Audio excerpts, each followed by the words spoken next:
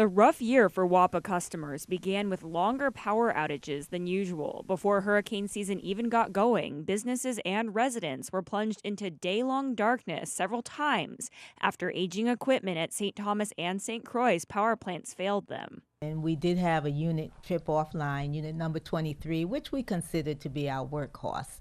And when unit 23 tripped offline, it caused a domino effect. It's like a non-productive day. Period. It's non-productive.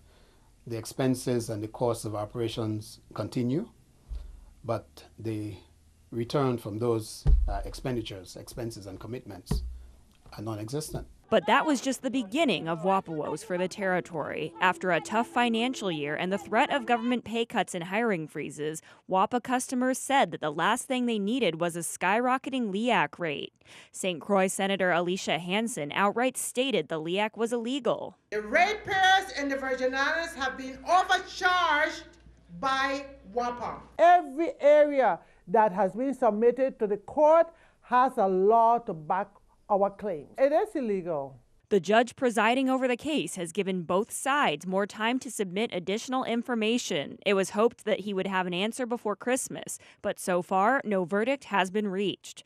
Residents finally took matters into their own hands and hit the streets on both St. Thomas and St. Croix to express their outrage on the Public Service Commission's approval for the increase of the LEAC rates. WAPA blamed rising fuel costs worldwide, but customers weren't convinced. It's not fair that we're paying, what is that, almost triple than what I'm actually using for electric. Like many other business owners, WAPA LEAC is making it unaffordable for us to stay in business. It's time where we have to make a change, and it starts here at the legislature. We're going to talk to our senators, and if they're not going to pass a bill to help us out and subsidize this or change the LEAC in some way, we're just going to vote them out next year. But the final straw for many St. Thomas residents has been the lack of water many have suffered since mid-November.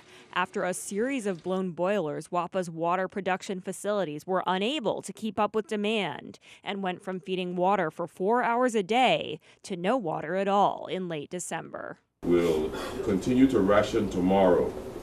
We will relieve the rationing on Thanksgiving Day if all goes well, and then go back to the rationing schedule. You can't really do anything because you have people in the restaurant, you want to blend something, you want to use the bathroom. It's just crazy. I mean, we have to use bottled water that we purchased to make drinks, to wash dishes. Right now, WAPA is in the process of using temporary reverse osmosis units to fill tanks, with plans to install permanent units in the next 12 months. But in the meantime, WAPA customers say the authority still has a lot to make up for. Charlotte Hancock, News 2.